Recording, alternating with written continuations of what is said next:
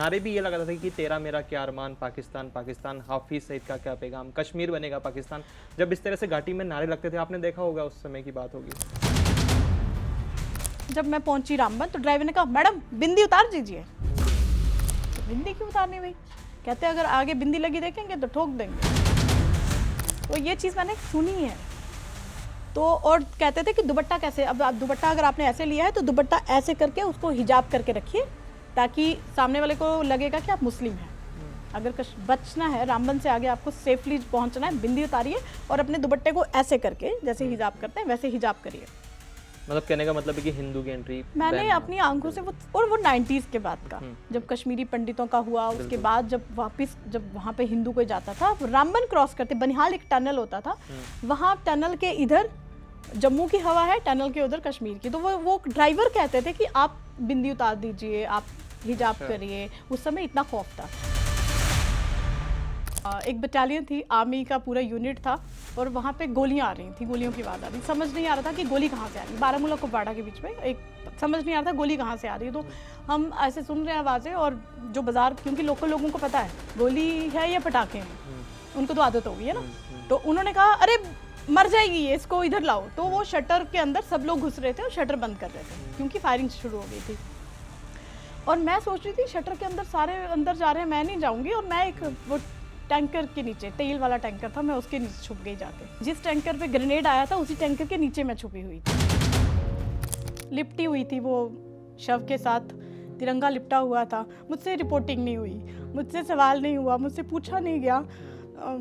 Even मैं जैसे आज भावुक हो रही हूँ, उस टाइम पे मैं रो पड़ी। उसने मैं पूछती क्या, पहली बात तो, क्योंकि हम भी इंसान है, हम क्या ही पूछते कि क्या पूछते उसको। लेकिन फिर भी मैंने कहा कि देश के लिए कुर्बान हो गया। हाफिज सईद की जो बहन है, ऑपरेशन सिंदूर में जब उनका नुकसान हुआ, उनके सारे कैंप उड़ाए गए, उसके बाद उन्होंने ये प्लान किया कि हम जो लड़कियां हैं उनको ट्रेन करेंगे। छोटे छोटे बच्चे हमारी आंखों के सामने लटकता है, मतलब जब वो गोलाबारी हो रही थी तो बच्चों को उठा रहे थे तो सर लटक रहा था। 7 साल का बच्चा, उसका सर अलग हो गया था। माँ को उम्मीद थी कि नहीं बेशक सर अलग हो गया, नहीं ठीक हो जाएगा मेरा बच्चा, लेकिन अस्पताल पहुंचा ही नहीं।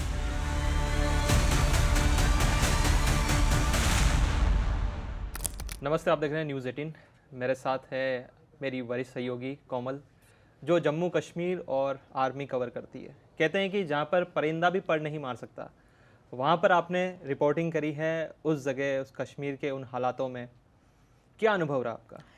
अनुभव एक्चुअली हर्षित बहुत अरसा हो गया है, मतलब नई बात नहीं है। 19 साल हो गए हैं वैसे तो ये सब देखते हुए, करीब से कवर करते। जैसे ही पता चलता था कि किसी भी ज़िले में, जम्मू कश्मीर के किसी भी ज़िले में आतंकी आ गए हैं और हमारी सेना ने उस इलाके को घेर लिया है, तो हम लोग इमीडिएटली, ऑब्वियसली चैनल में है तो ब्रेकिंग करनी है। पहले तो हम ब्रेक करते हैं खबर और फिर साथ साथ में हम लोग उस स्पॉट पे जाते हैं। लेकिन जब हम स्पॉट पे जाते हैं, हम देखते हैं कि दूर पहाड़ों पे कच्चे बने घर हैं, खाली बने मकान हैं। किस मकान में टेररिस्ट हैं, किस मकान से वो, क्योंकि आर्मी के निशाने पे मतलब नहीं रहता आतंकी के निशाने पे आर्मी रहती है। उसका रीज़न क्या है कि वो छिपे होते हैं घने जंगलों में, और जो हमारी आर्मी होती है वो चारों तरफ से सर्च कर रही होती है कि कहीं दिखे और उनको उन पर अटैक किया जाए। बहुत मुश्किलें होती हैं, मतलब अपने अनुभव का सवाल तो वही बुरा भी लगता है, मतलब जब हम जाते हैं और खासकर ये सुनने को मिले कि इस मुठभेड़ में हमारे जवान शहीद हो जाते हैं। क्योंकि किसी माँ ने सोचा नहीं होता कि जिस देश की सेवा के लिए वो जम्मू कश्मीर जैसी उस जगह पे जहाँ पे ऑपरेशंस होते हैं वहाँ पर जवान अपने बेटे को भेजती हैं, वो तिरंगे में लिपट कर घर आता है। वो कोई माँ नहीं सोचती, किसी माँ ने सोचा नहीं होता। और जब हम देखते हैं कि तिरंगे में अब हमारा जवान जा रहा है ताबूत में घर पे, तो बहुत दुख होता है। एक्चुअली में दुख होता है। आप 19 साल से लगातार कवर कर रही हैं घाटी को जी। ऐसा कोई अनुभव बताइए जो काफ़ी आपके हृदय को, कहते हैं ना, हृदय विदारक एकदम, जिसने आपको तोड़ दिया हो कि यार अब बर्दाश्त नहीं होता। बिल्कुल हर्षित, आज से 3 साल पहले राजौरी में एक इनकाउंटर हुआ। आर्मी के पास हमेशा डॉग स्क्वाड की टीम होती है, जो खोजी कुत्ता होता है उसकी टीम होती है। तो उसमें जब लगे कि टेररिस्ट के पास अब हमारे जवान नहीं पहुंच पा रहे हैं, तो वो अपना वो जो डॉग स्क्वाड की टीम होती है वो उनको भेजते हैं।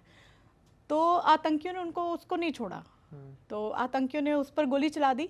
और उसी एनकाउंटर में रवि नाम का एक जवान, शहीद हो गया, जिसकी ठीक 1 महीने के बाद शादी थी। जब राजौरी ज़िले में ये एनकाउंटर हुआ, मैंने वो कवर किया और मुझे पता चला कि रवि जो शहीद हो गया उसकी शादी थी, जिस गांव का रहने वाला था वो किश्तवाड़ ज़िला था। मतलब वो भी, वहाँ पे भी बहुत मुठभेड़ें होती थी, वहाँ पे भी आतंकी घटनाएं होती थी। एंड मैंने सोचा कि मैं उसके घर जाऊँगी, मतलब क्योंकि जिस घर में शादी का माहौल होगा तो उनका बच्चा तिरंगे में लिपट कर घर जा रहा है, तो उस घर का कैसा माहौल होगा। मुझे लगा एक अलग हमारी स्टोरी होगी जिसको हम दिखा सकते हैं समाज को, दुनिया को। मैं जब वहाँ गई, पूरी रात भर मैंने ट्रैवल किया और जब मैं वहाँ पहुँची और सुबह पहुँची मैं 5:30 बजे, तो मैंने देखा कि जो ससुराल अभी उस लड़की का होना नहीं था, जिस ससुराल में उसकी होने वाली पत्नी ने शादी के बाद 1 महीने बाद जाना था, वो पहले ही वहाँ पर रवि का जो शव था वो वहाँ पर उसके ऊपर तिरंगा लगाया था, वो लिपट कर रो रही थी। उसने कहा काश मुझे पता होता, क्योंकि गांव में जब शादियाँ होती हैं तो शादी से पहले मुलाकात होना, मिलना, बात कर, ऐसा कोई रिवाज नहीं था। लेकिन रवि की वो जो मंगेतर थी, जब वो वहाँ पर लिपटी हुई थी, वो शव के साथ तिरंगा लिपटा हुआ था, मुझसे रिपोर्टिंग नहीं हुई, मुझसे सवाल नहीं हुआ, मुझसे पूछा नहीं गया। इवन मैं जैसे आज भावुक हो रही हूँ, उस टाइम पे मैं रो पड़ी। तो उसने मैं पूछती क्या, पहली बात तो, क्योंकि हम भी इंसान है, हम क्या ही पूछते कि क्या पूछते उसको। लेकिन फिर भी मैंने कहा कि देश के लिए कुर्बान हो गया। उसने कहा कि मैं ये घर छोड़ के नहीं जाऊंगी, अब मैं इनका बेटा बन के यहाँ रहूंगी। मैं नहीं जानती आज उसकी स्थिति क्या है, लेकिन वो वाला टाइम, वो समय जो मैंने देखा उसका, मतलब वो कह रही थी काश मुझे पता होता कि इसने शहीद हो जाना है तो मैं उससे मिल लेती, क्योंकि वो मिली नहीं थी कभी उससे। और मैंने कहा ना कि गांव में जब शादियां होती तो बस, आजकल आज भी ऐसे कुछ गांव हैं जहाँ पे मुलाकात नहीं होती, सीधे शादी होती है। तो वो ऐसा गांव था छोटा सा। तो वो मुझे बहुत, मेरे आज तक वो मुझे भूला नहीं है, मतलब वो भूलेगा भी नहीं, कभी नहीं भूलेगा। मैंने बहुत जवान शहीद हुए, बहुत हम खबरें करते हैं, टेररिस्ट मारे गए, हमने खबरें की, लेकिन वो मेरे दिल दिमाग से आज तक वो तस्वीर कभी गई नहीं। अभी मैं आपसे बात कर रही हूँ, वो तस्वीर पूरी मेरी आंखों के सामने है। वो रवि का मतलब शव और उसकी मंगेतर रो रही, वो अभी भी मेरी आंखों के सामने आ जाता है, कभी मैं याद करती हूँ तो बहुत दुख होता है। मतलब नहीं, चलिए मैं समझ सकता हूँ, आपके चेहरे से दिख रहा है कि उस टाइम आप बहुत ज़्यादा भावुक होंगी। और आपने बिल्कुल सही भी किया। बहुत सी बार होता है ना कि कोई परिवार होता है, वो पीड़ित होता है, परेशान होता है, उस टाइम भी सवाल दाग दिए जाते हैं, उस भावुक क्षण में भी, जहाँ पर शहादत, मतलब जो सर्वोच्च बलिदान दे दिया जाता है, उससे सवाल करना जरूरी नहीं होता उस टाइम पे। वो तस्वीरें ही अपने आप में जवाब दे रही होती हैं। वो तस्वीर, वो रो रहे होते हैं, बिलख रहे होते हैं, वो उनका दर्द जवाब है। मतलब मैं जाके उनसे सवाल करूं तो मुझे लगता है कि जब हम कैमरा ही वहाँ घुमा देते हैं ना, तो वो जो तस्वीरें होती हैं ना, बहुत भयावह, बहुत दुखद तस्वीरें होती हैं, वो अपने आप में जवाब दे रही होती हैं कि इनको कैसा लग रहा है कि आज इनका, क्योंकि कई बार आपने देखा होगा पुलवामा अटैक हुआ, पहलगाम हमला हुआ, तो हर एक ने यही कहा कि हाँ ठीक है, देश के लिए शहीद हो गया, लेकिन सोचा तो नहीं होता ना कि शहीद होने के लिए जाएगा। कोई नहीं चाहता ना, सब चाहते हैं कि अच्छे से देश सेवा करे, अच्छे से वापस आए। लेकिन इस तरीके से तिरंगे में लिपट कर घर आते हैं। अग्निवीर अभी कितने शहीद हो गए हमारे, 4 साल की नौकरी करने के लिए तो आए हैं वो तो अपने लिए कहें कि 4 साल हमें नौकरी है, हम देश की सेवा करेंगे। लेकिन वो भी छोटे छोटे 19, 21 साल के बच्चे हमारे जम्मू कश्मीर में शहीद हो रहे हैं। काश जम्मू कश्मीर के हालात ठीक हो जाए। कभी कभी आपको लगता है कि भावनाएं भी समझनी चाहिए सवाल पूछने से पहले, कि सिचुएशन क्या है, जैसे आपने बताया था? देखिए मेरा, क्या पत्रकारों को ऐसा करना चाहिए? बिल्कुल। देखिए मेरा जितना एक्सपीरियंस है अब तक, मैंने बहुत, मैं नाम तो नहीं लेना चाहूँगी, लेकिन हमने देखा है कि ज़्यादातर वहाँ सिचुएशन ऐसी ही होती है। जब आप नेशनल चैनल में हो तो आप, नेशनल चैनल की जो टीम होती है, हमने देखा अक्सर कई बार निकल जाता है मुझसे कि आपका बेटा शहीद हो गया, कैसा लग रहा है। मतलब ये सवाल नहीं है, ऐसा सवाल नहीं करना चाहिए मेरे हिसाब से, क्योंकि जिसका बच्चा चला गया या घायल हो गया या देश की सेवा के लिए गया हुआ, उनसे आप ये सवाल नहीं कर सकते।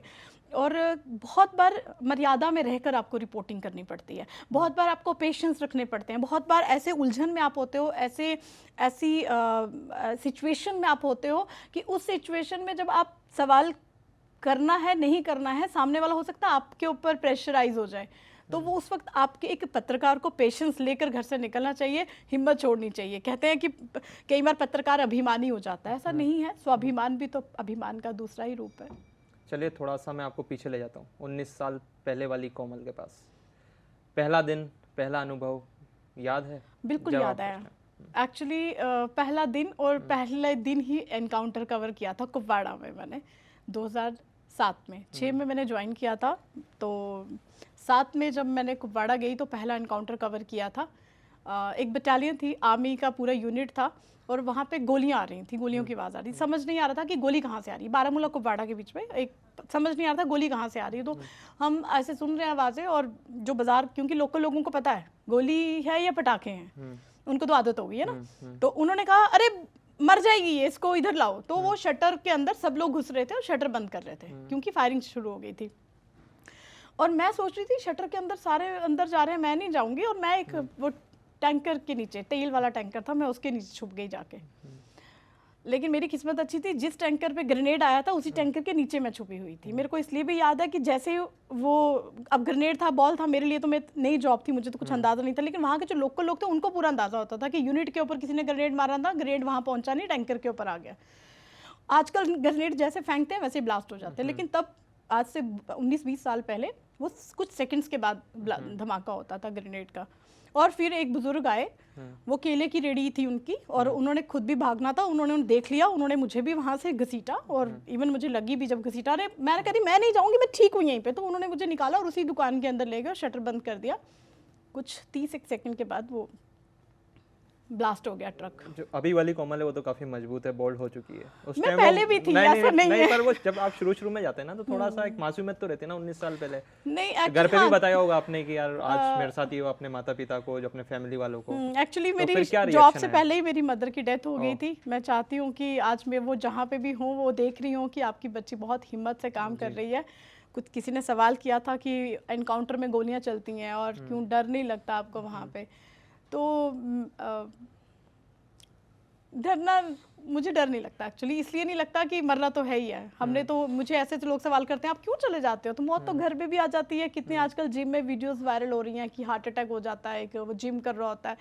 तो मौत स्थान नहीं देखती है, वो वक्त देखती है। जब उसका वक्त आता है वो आ ही जाती है। तो अगर मैं इस चीज़ से डरूं कि मैं वहाँ जाऊँगी, गोली लग जाएगी, मर जाऊँगी, फिर तो मैं घर से नहीं निकलूंगी, फिर तो मैं कुछ भी नहीं करूँगी। फिर मैं अपने बच्चों को क्या ज्ञान दूंगी, कैसे उनमें आत्मविश्वास भरूंगी। मेरी 3 बच्चियाँ हैं, मेरे अंदर आत्मविश्वास होगा तो उन्हीं के अंदर भरूंगी। अभी रिसेंटली ऑपरेशन सिंदूर हुआ, पहलगाम अटैक हुआ। एक अटैक जब होता है, इतना बड़ा अटैक, तो ये ज़रूरी नहीं है कि दूसरा नहीं होगा, दूसरे के चांसेस उससे ज़्यादा होते हैं, उससे बड़ा अटैक भी हो सकता है। लेकिन उसके बावजूद जब हम वहाँ पर गए तो वहाँ देखा वो खून, वो सारी चीज़ें मतलब रिकॉल हो रही थी, क्योंकि देख चुके थे वीडियोज़ की, इतने लोगों की जानें चली गई हैं। वाया शोपियान में पुंछ चली गई, क्योंकि सुनने में आ रहा था, इंटेलिजेंस से पता चला कि बदला लेना है। आपने भी सुना होगा कि पहलगाम हमले का बदला लेना है। एचएम ने भी कहा, सबने कहा कि इस हमले का बदला लेना है। 21 लोगों की जाने गई हैं, उनको हमने बख्शना नहीं है। तो मैं ये सोच के कि बदला लेना, तो बदला तो पाकिस्तान तो पुंछ में है, पुंछ एलओसी से उधर है। वहाँ पे गई, वहाँ पे कोटली, मीरपुर, पाकिस्तान की जितनी पोस्ट थी, जो जो एरियाज थे, आज भी वहाँ पर कुछ एरियाज ऐसे हैं जहाँ पे उनका साइन बोर्ड लगा हुआ है। मीरपुर का साइन बोर्ड लगा हुआ है। पाकिस्तान के कुछ ऐसे इलाके हैं जहाँ पे साइन बोर्ड, लोगों ने क्यों संभाल के रखे हैं वो साइन बोर्ड्स। वो कहते हैं कि जब दिवाली पे हम लोग अपना घर पे पेंट करते हैं, हम इस साइन बोर्ड को भी पेंट करते हैं। उसका मुख्य कारण जब मैंने उनसे पूछा, मैंने स्टोरी करी, मैंने पूछा ये तो पाकिस्तान तो कब का विभाजन हो गया, कब से अलग हो गया 47 का, आपने इतना क्यों संभाल के रखा है यहाँ पे। तो उसमें था कि हमीरपुर 39 किलोमीटर और पाकिस्तान का कोटली वो हिस्सा जो पूरा डिस्ट्रॉय कर दिया था ऑपरेशन सिंदूर में, वो 25 किलोमीटर दूर। तो मैं हैरान हुई कि इतना पास था पाकिस्तान, विभाजन में बंट गया। उन्होंने कहा कि कभी तो पीओजे के वापस आएगा, इस उम्मीद से उन्होंने वो साइन बोर्ड नहीं हटाया था। और उन लोगों को आज भी विश्वास है कि पीओजे के वापस मिलेगा। इस विश्वास से उन्होंने वो सारी जो जगहें हैं, क्योंकि उसके आगे का जो एरिया है वो आर्मी के पास है, आर्मी ने अपनी वो फेंसिंग करी हुई है, लेकिन साइन बोर्ड नहीं हटाया है। उसके बाद ऑपरेशन सिंदूर 6-7 की दरमियानी रात हुआ, 1:25 में हुआ। 15 मिनट तक हमें खबर आई और रातों रात ड्राइव की मैंने और मैं वहाँ पहुँची। वो टाइम ऐसा था, मैं पुंछ जा रही हूँ और पुंछ खाली हो रहा था। अगर वो वीडियोस मतलब मैं आपको दिखाऊं तो आप देखना कि मैं जा रही हूँ, ठीक है, पुंछ खाली हो रहा है। 5 सीटर गाड़ी में 12-12 लोग, बच्चे के ऊपर बच्चा, माँ के बीच में 2-2 बच्चे और गाड़ी की छत पे पूरा सामान। और जब मैं पुंछ पहुंची अर्ली मॉर्निंग, क्योंकि वहीं से अटैक हमारे जवानों ने किया था और वहीं से उन्होंने हमारे ऊपर नुकसान किया था। हमारे जो पुंछ के गुरुद्वारे थे, स्कूल थे, कई बच्चे मर गए, आपको याद होगा। तो जब मैं उनके घर पे गई, अर्शिद, पूरा पुंछ सिर्फ ताले दिखे हमें, हर घर में ताले। 3 दिन चने खाए हमने, वो भुजे हुए काले चने होते हैं ना, 3 दिन तक खाए, क्योंकि पूरा पुंछ बंद था। सब लोग डर सहम के पुंछ छोड़ के चले गए थे कि लड़ाई लग गई है। कौन सी लड़ाई? जो सन 47 में हुई थी, 65 में हुई थी। उनको लगा कि अब बदले की बात सरकार ने की है, तो ये बदला इजीली नहीं होगा, ये बदला बहुत बड़ा होगा। और वो ऑपरेशन सिंदूर का 1 महीना मैंने पुंछ और रजौरी में काटा। आपको याद होगा वो लाइट्स ऑफ कर देते थे, सायरन बज जाते थे, अंधेरा हो जाता था। अंधेरे में रिपोर्टिंग करी। हमारे एंकर जो किशोर रजवानी या किसी भी एंकर से हमारा लाइव होता था, तो वो कहते थे कोमल लाइट बंद कर दो, क्योंकि जब हम लाइट थोड़ी सी भी ऑन करके अपना फेस दिखा के रिपोर्टिंग करने की कोशिश करते थे, तो वहाँ के लोग हमें डांटते थे कि आप हमें मरवाओगी क्या। इतना डर था। और वो कहाँ था? वो मैं बात रजौरी की कर रही हूँ, क्योंकि पुंछ पूरा खाली हो चुका था। और पुंछ से राजौरी जो है वो 150 किलोमीटर है। हम रोज पुंछ से रात को पूरा दिन रिपोर्टिंग करते थे, राजौरी आ जाते थे, फिर राजौरी से मॉर्निंग फिर जाते थे वहाँ पे। इतना खौफ था वहाँ के लोगों में, इतना डर था। उन्हें लगता था कि ये लोग मर गए, हमारी पता नहीं कब बारी आएगी।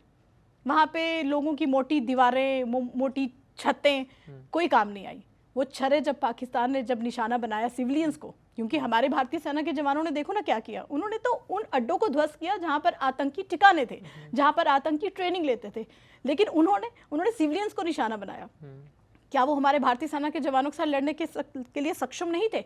नहीं थे ना। उनको लगता था कि वो हमारी पोस्ट पे हमला नहीं कर सकते। हमारे जवान इतने सक्षम थे कि अगर वो हमारे जवानों पर भी कुछ ऐसा करते तो वो अच्छा जवाब देते। लेकिन जैसे ही उन्होंने जवाब देने की सोची, उन्होंने पुंछ में अटैक किया। उन्होंने गुरुद्वारे जो थे डैमेज किए, उनके हमले मंदिरों पे हुए, उन्होंने ड्रोन से भी कोशिश की, और हमारा सिविलियन का नुकसान हुआ। छोटे छोटे बच्चे हमारी आंखों के सामने लटकता है, मतलब जब वो गोलाबारी हो रही थी तो बच्चों को उठा रहे थे तो सर लटक रहा था। 7 साल का बच्चा, उसका सर अलग हो गया था। माँ को उम्मीद थी कि नहीं बेशक सर अलग हो गया, नहीं ठीक हो जाएगा मेरा बच्चा, लेकिन अस्पताल पहुंचा ही नहीं। और लोग डर के भाग रहे थे ना, आधे लोग तो डर के भागने में ही मर गए कि हम घर में रहेंगे तो मर जाएंगे। जब देखा सब कुछ डैमेज हो रहा है, बर्बाद हो रहा है, तो आधे लोग जब घर से निकल के बस स्टैंड या किसी लोकल गाड़ी का ट्रैवल कर रहे थे, तो वो देखा कि ऊपर से हाईवे पे गोलाबारी हुई है। नेशनल हाईवे पे गोले आए हैं, और जो लोग पैसेंजर्स जो घर छोड़ के जा रहे थे उनके ऊपर भी गोले बरसे और चले गए लोग। किसी बेटी ने कहा माँ घर छोड़ दे, मेरे ससुराल आ जा, तो वो अपना घर छोड़ के उसके ससुराल रजौरी या जम्मू में कहीं पे भी जाने के लिए अपना बैग पैक कर रही थी, तो रास्ते में वो मर जा रही थी। वो आज तक उन बच्चों के जहन में ये बात है, क्योंकि ऑपरेशन सिंदूर की जब पहली बरसी हुई तो मेरा फिर विजिट हुआ वहाँ पे, तो वो आज भी लोग पछता रहे हैं कि मैंने अपनी माँ को क्यों बोला कि मेरे घर आ जा। वो घर से ना निकलती तो ना मरती। घर सेफ है, लेकिन वो सड़क पे मर गई। कितनी कैजुअलिटी होगी आपके?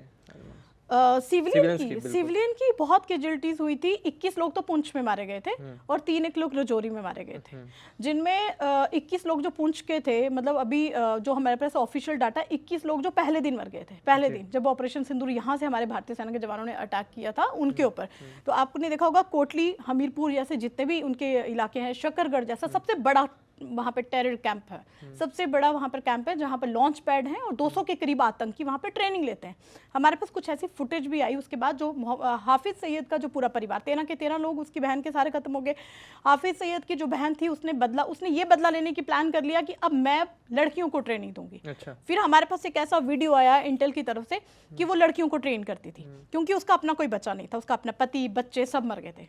हाफिज सैयद की सगी बहन का सारा परिवार, तो उन्होंने तय कर लिया कि हाफिज सैयद के परिवार ने कि अब जो लड़कियां हैं वो मुजाहिद बनेंगी। बिल्कुल। अब उनको लड़कियों को ट्रेनिंग, छोटे छोटे हमारे पास वीडियोस आए, छोटे छोटे बच्चों को ट्रेनिंग दे रहे हैं, और वो ट्रेनिंग इसी चीज़ की, हथियार चलाने की ट्रेनिंग है। उन्होंने खान सूट पहने और वो ट्रेनिंग, देखिए आप उनका माइंड वॉश कर रहे हो।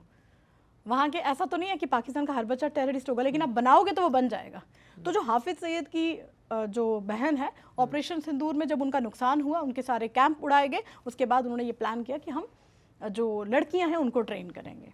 लेकिन आपने देखा होगा जिस तरह से कश्मीर में तकरीर की जाती थी, माइंड वॉश किया जाता था, आपने वो समय भी देखा है? बिल्कुल देखा है, बहुत होता था। तो मेरा उसी पे एक सवाल है कि आखिर किस तरह से वो माइंड वॉश करते थे कि कश्मीरी युवाओं को बरगला देते थे, बहुत से फिदाइन बन जाते थे, मुजाहिद तो निकल, आपने देखा ही होगा गली गली से मुजाहिद निकलते थे, नारे लगाते थे, और नारे भी ये लगाते थे कि तेरा मेरा क्या अरमान, पाकिस्तान पाकिस्तान, हाफिज सईद का क्या पैगाम, कश्मीर बनेगा पाकिस्तान। जब इस तरह से घाटी में नारे लगते थे, आपने देखा होगा उस समय की बात होगी, क्या महसूस होता था? देखिए, क्या लगता था? 90s की मैं आपकी शुरुआत करती हूँ। मेरा जर्नलिज्म कैरियर शुरू हुआ था 2006 से, 20 साल होने वाले, इसी साल हो जाएंगे पूरे जी। 7 में मैंने अच्छे से शुरुआत की, कश्मीर में एंटर किया, कश्मीर में काम किया। वहाँ पे मैंने सबसे पहले क्या देखा कि जब मैंने रामबन क्रॉस किया तो तब छोटी गाड़ियाँ भी जाती थी और बसेस भी जाती थी, और मैं सुमो में गई थी जब पहली बार गई, तब मेरे पास अपनी कोई गाड़ी नहीं थी। तो जब मैं गई तो मुझे ड्राइवर ने, जब मैं पहुंची रामबन तो ड्राइवर ने कहा मैडम बिंदी उतार दीजिए। तो बिंदी क्यों उतारनी भाई? कहते अगर आगे बिंदी लगी देखेंगे तो ठोक देंगे। अच्छा जी, तो ये चीज़ मैंने सुनी है। तो और कहते थे कि दुपट्टा कैसे, अब आप दुपट्टा अगर आपने ऐसे लिया है तो दुपट्टा ऐसे करके उसको हिजाब करके रखिए ताकि सामने वाले को लगेगा कि आप मुस्लिम हैं। अगर बचना है रामबन से आगे, आपको सेफली पहुंचना है, बिंदी उतारिए और अपने दुपट्टे को ऐसे करके जैसे हिजाब करते हैं वैसे हिजाब करिए। मतलब कहने का मतलब है कि हिंदू की एंट्री मैंने अपनी आंखों से वो 90s के बाद का, जब कश्मीरी पंडितों का हुआ, उसके बाद जब वापस जब वहाँ पे हिंदू कोई जाता था, वो रामबन क्रॉस करते, बनिहाल एक टनल होता था, वहाँ टनल के इधर जम्मू की हवा है, टनल के उधर कश्मीर की। तो वो ड्राइवर कहते थे कि आप बिंदी उतार दीजिए, आप हिजाब करिए। उस समय इतना खौफ था, लेकिन आज वैसा नहीं है। आज समय इतना बदल गया है। आपने कहा कि तब तकरीरें होती थी, आज नहीं है। तब होती थी, बच्चों को बरगलाया जाता था। ऐसा नहीं है कि बंद हुआ है, बरगलाया तो आज भी जाता है। आज भी हमारे जम्मू कश्मीर को, ये यंगस्टर हैं आपके जैसे, उनको OGW बनाया जा रहा है, ओवरग्राउंड वर्कर। जो टेररिस्ट पाकिस्तान से आएगा उसको हेल्प करना है, उसको खाना देना है, उसकी रेकी में उसकी हेल्प करनी है, मस्जिद कहाँ है, ये सारी चीज़ों में उनकी हेल्प करनी है। नंबर 1। नंबर 2, जब पाकिस्तान से, मैंने भी अगर आपके घर में हर्षित आना होगा, आप मुझे लोकेशन सेंड करेंगे और उस लोकेशन पे पहुंचकर भी उस लोकेशन पे आपके घर का दरवाज़ा नहीं दिखेगा। मुझे पूछना पड़ेगा कि मैं पहुंच गई हूँ, अब ये ब्लैक वाला गेट आपका है या वाइट वाला, राइट? पूछना पड़ेगा। फिर एक पाकिस्तान से जब टेररिस्ट आएगा, वो बिना सपोर्ट के कैसे रेकी करके कैसे हमारे जवानों पर हमला कर सकता है? इसका मतलब अभी भी जम्मू कश्मीर में लोकल सपोर्ट है। वो जो लोकल सपोर्ट है उनको कहते हैं OGW, ओवरग्राउंड वर्कर, जो इनके लिए काम करते हैं। कई बार जो गुज्जर बकरवाल समुदाय के लोग होते हैं वो 6 महीने के लिए कश्मीर चले जाते हैं। अच्छा। 6 महीने वो जम्मू में ही रहते हैं, जम्मू की पहाड़ियाँ जो कि बॉर्डर से लगती हैं। LOC से पुंछ लगता है बॉर्डर, इंटरनेशनल बॉर्डर से कठुआ लखनपुर लगता है। विंटर्स में ज़्यादातर इंटरनेशनल बॉर्डर से घुसपैठ होती है और समर्स में LOC से होती है। LOC मतलब राजौरी, पुंछ, पीर की गली, और वो वहाँ से सीधा शोपियान होते कश्मीर पहुँच जाते हैं। यहाँ से जब BSF इंटरनेशनल बॉर्डर से सर्दियों में जब फॉग का उन्होंने फ़ायदा लेना होता है, जब वो एंटर करते हैं तो वो पहाड़ियों से होते होते कश्मीर, वो भी कश्मीर, लेकिन काफ़ी लंबा रास्ता। अब उनको सपोर्ट मिलेगी, वो खाएंगे, कहीं रहेंगे। मीनवाइल क्या होता है, उस रास्ते में जो गुज्जर बकरवाल है सर्दियों में चले जाते हैं, मतलब वापिस आते हैं, गर्मियों में चले जाते हैं। जो लश्कर का ग्रुप होता है वो हमेशा LOC से आता है। अच्छा। और जैश का आता है BSF बॉर्डर से, माफ कीजिए, इंटरनेशनल बॉर्डर से। तो दोनों ने बंटवारे कर रखे हैं इधर से। बिल्कुल अलग अलग संगठन है और वो LOC पे उनका ट्रेनिंग कैंप वहाँ पे है ना, तो वो उसी से जब आता है तो अंदाजा हो जाता है इंटेल को कि ये लश्कर के हैं और वो जैश के हैं। एंड वो जो कच्चे बने घर हैं, जिनको 6 महीने के लिए गुजरबाल समुदाय के जो लोग हैं अपने वो भेड़ बकरियां चराने के लिए कश्मीर चले जाते हैं गर्मियों में, क्योंकि वहाँ सर्दी हो जाती है। वो कच्चे बने घरों का वो सपोर्ट लेते हैं, सहारा लेते हैं। तो जो वहाँ पर जो सिविलियंस है, आपने कहा होगा कि जब आप गई थी उस टाइम आपने बताया था, तो कहते थे कि बिंदी हटा दीजिए, है ना, सलवार ऐसे पहन लीजिए। तो कहीं ना कहीं वो भी तो उनको शय दे रहे थे ना, वो आपके साथ लग रहा था ना खड़े नहीं, अगर वो पुरजोर विरोध करे कि नहीं यार ऐसा हम नहीं होने देंगे, वो इतनी बड़ी संख्या में लोग रहते हैं। एक्चुअली मौत से तो सब डरते हैं, मरने से सब डरते हैं, मौत से ही डरते हैं तो ओवरग्राउंड वर्कर बिल्कुल वाजिब है, लेकिन जब समाज खड़ा हो जाए तो फिर एक बड़ी संख्या में। एक जम्मू कश्मीर ही है जहाँ पर समाज कितना भी खड़ा हो जाए, गोली के आगे तो सब डरेंगे ना। वहाँ गोली कहाँ से आ जाए, कौन मार दे, कोई पता नहीं है। जब ओवरग्राउंड वर्कर, मैंने एक ओवरग्राउंड वर्कर का न्यूज़ 18 इंडिया में इतिहास में पहली बार एक OGW ने इंटरव्यू दिया था और वो मैंने किया था। 10,000 फीट की ऊंची पहाड़ी पर जाकर बहुत प्रॉब्लम्स आई, खैर वो आप देखिएगा ज़रूर। उस OGW ने कहा था कि आतंकियों की मदद करता तो भी मरता, नहीं करता तो भी मरता, इधर कुआ इधर खाई। यस, अगर वो बोलेगा मैं नहीं करूंगा मदद, तब भी गोली। अगर वो बोलेगा हाँ करूंगा तो पुलिस की गोली। तो मरना दोनों तरफ से तय था। लेकिन उसने हिजबुल मुजाहिदीन के कमांडर को 3 महीने अपने घर में रखा। ये रिकॉर्डेड है, रिकॉर्डिंग है, उसने मुझे बताया। हालांकि इसका मुझ छुपाया हुआ था क्योंकि सिक्योरिटी रीजन की वजह से। उसने कहा कि मैंने जब मना किया तो मेरे भाई को मार दिया मेरे सामने, मेरे छोटे भाई को गोली मार दी। रिकॉर्डेड है, सब रिकॉर्ड है। मेरे भाई को मार दिया, उसके बाद मेरे बाप को मार दिया। और मुझे लगा मेरे छोटे छोटे बच्चे मैं कर लेता हूँ, मैं इनके साथ मिल जाता हूँ। और 90 के दशक से उसके घर में टेररिस्ट पाकिस्तान से आते हैं और रुकते हैं। अच्छा। वो उनका सब कुछ करता है, वो उन्हीं गुज्जर बकरवाल समुदाय के का एक हिस्सा है। लेकिन कच्ची बनी ढोक जब वो चले जाते हैं, वो उनको सपोर्ट करता है, नहीं करेंगे तो गोली खाएगा। अब बताइए, जब वो उसको कह रहा है कि तू मदद नहीं करेगा तो भी मारा जाएगा, बचाएगा तो कोई नहीं, 10,000 फीट की ऊंची पहाड़ी पे कोई बचाने नहीं आएगा उसको। एक घर यहाँ पे, आप पहाड़ी क्षेत्रों के घर देखेंगे, कच्चे बने घर, एक यहाँ पे, एक वो 1.5 किलोमीटर दूरी, 1.5 किलोमीटर की दूरी पे आवाज ही मारोगे आपकी, मेरे को बचा लो, तो पहुंच कोई नहीं सकता वहाँ पे। सिग्नल नहीं है कि आप किसी को कॉल करके पुलिस को बोल सकते हो कि यहाँ हमारे घर में टेररिस्ट आ गए हैं। हाँ, उनके जाने के बाद मान लो उन्होंने आपको धमकाया, आपने खाना बनाया, उनको खिलाया। अक्सर आप खबर में सुनते होंगे कि 3 आतंकी कठुआ की पहाड़ियों पर चले गए, किसी के घर में गए, उन्होंने खाना मांगा, खाना लेके वो चले गए, उसके बाद वो लोग पुलिस को सुनाते हैं। अब बताइए, जहाँ पर पैदल चलने में ही 1 दिन लग जाए, फिर वो फोन मिलने में ही कुछ घंटे लग जाएं, फिर आतंकी कहीं के कहीं पहुंच जाते हैं। अक्सर मुठभेड़ होती है, 1 दिन चली, 2 दिन चली, आतंकी गायब। हाल ही में अभी भी ऑपरेशन चल रहा है, ऑपरेशन शेरूवाली रजौरी में चल रहा है। आज 26 दिन हो गए उस ऑपरेशन को चलते हुए। 3 आतंकी हैं, 3000 संख्या में हमारे जवान हैं, हमारी आर्मी है, CRPF है और जम्मू कश्मीर पुलिस SO के जवान। आप देखिए, 4-4 टुकड़ियों में अलग अलग वहाँ पर हमारे जवान लगे हुए हैं।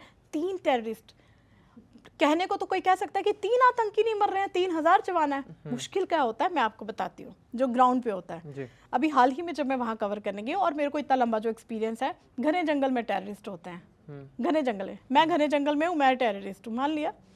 आप इतनी बड़ी फौज है, आप मुझे नहीं देख पा रहे, लेकिन मैं आपको देख पा रही हूँ, क्योंकि मैं छुपी हुई हूँ, मैं छुपी हूँ जंगल के अंदर, मैं सबको देख रही हूँ। जैसे ही आप मेरी तरफ आएंगे, जैसे ही जवान मेरी तरफ आएंगे, तो मैं ग्रेनेड से हमला करूंगी, क्योंकि हथियारों का जखीरा उनके पास होता है। अभी जो रिसेंटली ऑपरेशन हो रहा है, उस ऑपरेशन में भी 3 टेररिस्ट हैं, और तीनों टेररिस्ट जो हैं वो एक चट्टान के नीचे एक हाइड आउट है। हाइड आउट को इसलिए वो चुनते हैं क्योंकि वहाँ पर खाना अच्छे से बन सकता है, धुआं बाहर नहीं जाता है, धुआं जाएगा तो शक हो जाता है, और उनको लोकल सपोर्ट मिलती है। हाल ही में जब उनका एक हाइड आउट ध्वस्त किया, तो गैस सिलेंडर मिले। अब गैस सिलेंडर तो पाकिस्तान से नहीं लाए होंगे वो, बिल्कुल ऑब्वियसली वो कोई मदद की होगी। उसके बाद 15 लोगों को हिरासत पे लिया पूछताछ के लिए। जैसे पुलवामा हुआ था, पहलगाम हुआ था, तो हिरासत में लिया जाता है पूछताछ, वो एक जांच का विषय होता है, उसमें भी कई लोगों को उठा लेती है पुलिस, और फिर कई सुराग मिल जाते हैं कि आप हेल्प करते हो, सपोर्ट करते हो। आपको याद होगा BG पुंछ में एक हमला हुआ था, भारतीय सेना के जवानों के ट्रक के ऊपर सीधे गोलियां बरसा दी थी, हमारे 5 जवान उसी टाइम शहीद हो गए थे। नीचे उतार के उनको छाती पे गोली मारी, और उन्हें बाद में वीडियो जारी किया, जो कि हम दिखा नहीं सकते थे। क्या वहां सपोर्ट नहीं थी? उनको कैसे पता था ट्रक आते हैं, रोज कार्रवाई आती है? उसके बाद उसी गांव के 2 सगे भाई वो इन्वॉल्व थे, वो आज भी कोट भलवाल जेल में है। दैट मीन्स जम्मू कश्मीर में सपोर्ट मिलती है ना, वो बिना सपोर्ट, बिना लोकल सपोर्ट टेररिज्म वहाँ फैल नहीं सकता। जिस तरह से बात हुई थी जैश ए मोहम्मद, लश्कर तैयबा, लेकिन अब उन्होंने क्या है कि अपना चोला बदल लिया है, वो PFF हो गया है, TRF हो गया, तो क्या उनके ऑपरेशंस में कुछ बदलाव आया है घाटी में? बिल्कुल नहीं, संगठन के नाम बदले हैं, बदलाव कोई नहीं आया। बदलाव आया होता तो जम्मू कश्मीर में शांति का बदलाव आता, वहाँ पर आतंकी घटनाएं खत्म हो जाती या ना के बराबर होती। वो तो वैसे ही हो रही हैं, आज यहाँ इनकाउंटर, कल वहाँ इनकाउंटर। हाल ही में सैफुल्ला मारा, जैश का कमांडर 2023 से वहाँ था। सैफुल्ला ने वहाँ पर शादी भी कर ली है जी, लोकल लड़की से शादी भी कर ली है, गर्भवती है अभी वो। सैफुल्ला मरता नहीं था, सैफुल्ला सीधे हाफिज सईद के कांटेक्ट में था। तो बदलाव आना होता तो सैफुल्ला भी तो PFF और TRF के साथ कांटेक्ट में था। तो इनके संगठनों के नाम बदलते हैं और ये एडजॉइन अपने ट्विन संगठन बना लेते हैं, लेकिन बदलाव हम लोग में कोई भी नहीं आया। चलिए एक आखिरी सवाल लेता हूँ कि आपकी तो एंट्री भी धुरंधर वाली हुई है। जिस दिन फर्स्ट दिन आप रिपोर्टिंग करने के थी, उसी दिन आपने गोलियां चलवा दी थी, लेकिन ये सवाल है कि क्या कभी लगा कि जब ऑपरेशन सिंदूर हुआ, आपने कहा बदला लेना है, तो आपने सोचा माइक छोड़ के मैं भी आर्मी वालों के साथ चली जाती हूँ, बदला लेती हूँ? लगता है ऐसा जोश आता है? नहीं, कवरेज में ही हम इतना जोश दिखा देते हैं, हमें लगता है कि हम अपनी कवरेज के दौरान ही अपने देश के लिए कुछ कर रहे हैं, ऐसा फील होता है। क्योंकि उनकी जगह तो कौन ले सकता है, वो इतना कठिन काम है उनका, उनकी जगह हम कभी नहीं ले सकते। हाँ, थोड़ा सा कुछ दूरी पर हम वहाँ पर रह के महसूस कर सकते हैं कि वो किस तरीके से अपनी छाती पर गोली खाने के लिए तैयार होते हैं, बिना किसी डर के वो गुफाओं जंगलों में चले जाते हैं। सिर्फ एक उनकी बंदूक का निशाना होता है, उनकी बंदूक का, कि वो दिखे और उसको मार दे। जी, ये थी हमारे साथ कोमल, जिन्होंने मतलब घाटी में वहाँ के दर्द को, वहाँ की भावनाओं को मतलब महसूस किया है। आपने देखा भी होगा कि इनके चेहरे से भी दिखा है कि किस तरह से जब ये बोल रही थी कि उन्होंने रवि का शव देखा था, तो उनकी पत्नी थी तो सहम गई थी, कुछ बोल नहीं पाई थी। तो जो अनुभव होते हैं वो ग्राउंड पर ही होते हैं, और आपने जिस तरह से बात बताई है कि ग्राउंड पे क्या होता है, हमारे दर्शक उसको बखूबी समझ पाएंगे। हमसे बात करने के लिए बहुत बहुत धन्यवाद। शुक्रिया।